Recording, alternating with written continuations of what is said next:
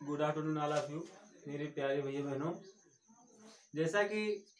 आपने पूर्वत हमारे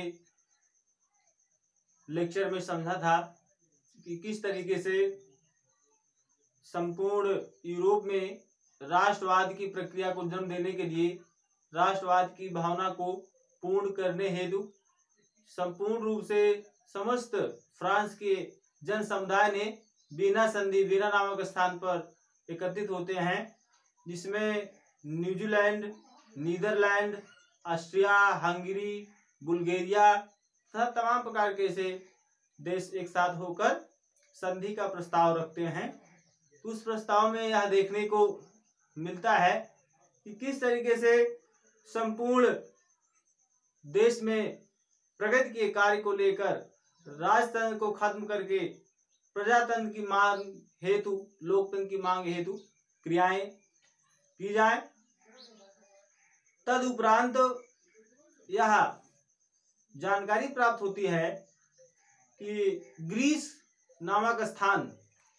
ग्रीस एक प्रकार से कह सकते हैं कि यह यूरोप में ही है और इस साम्राज्य के लिए, इस साम्राज्य की प्राप्ति के लिए समस्त देश मिलकर राजतंत्र को नष्ट करने का प्रयास करते हैं, जिसमें एक क्रांतिकारी का जन्म होता है 1815 ईस्वी में। जिसेपे मेस्सिनी, यह इटालियन था जिसको इटली से देश निकाला कर दिया गया था जब वह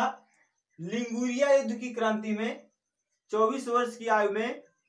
यह कार्य देखने को मिला कि लिंगुरिया नामक जो क्रांति थी उस क्रांति में उसने एक अहम भूमिका निभाई थी। तो उसमें समस्त लोगों ने मिलकर उसे देश निकाला कर दिया।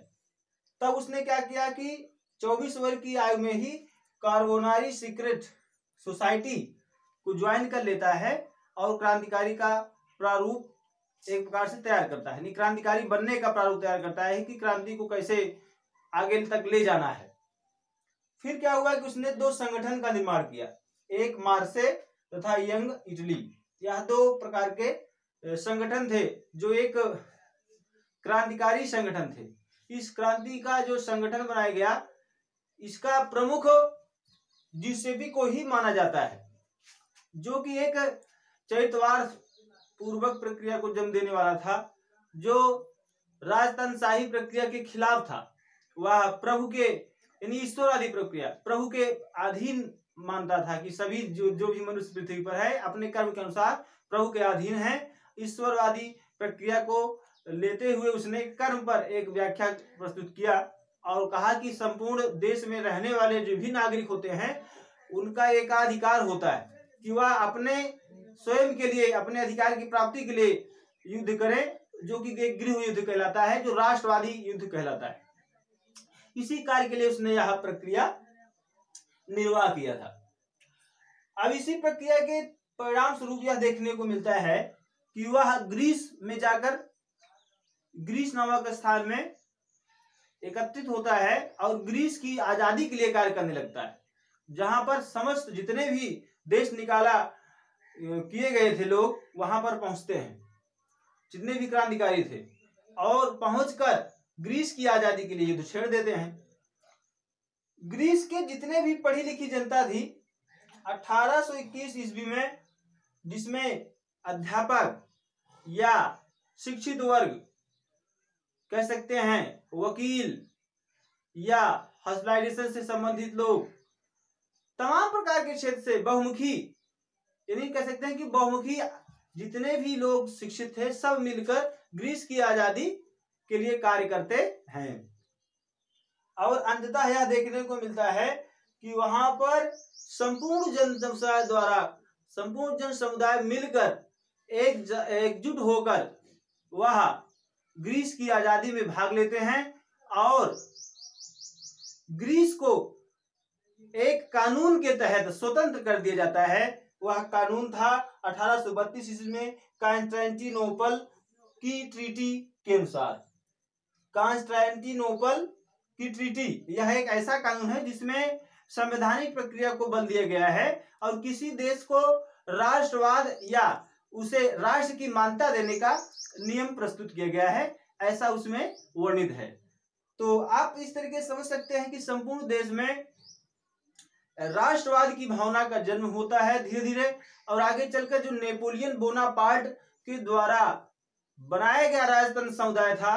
उसके खिलाफ बगावत हो जाती है और अधिक मात्रा में लोग अलग अलग स्थानों पर एकजुट होने लगते हैं। अब इसमें एक राष्ट्रवादी भावना का जन्म तो होता ही है, साथ में 17वीं शताब्दी से लेकर 18वीं तथा 19वीं शताब्दी के परिणाम स्वरूप उसके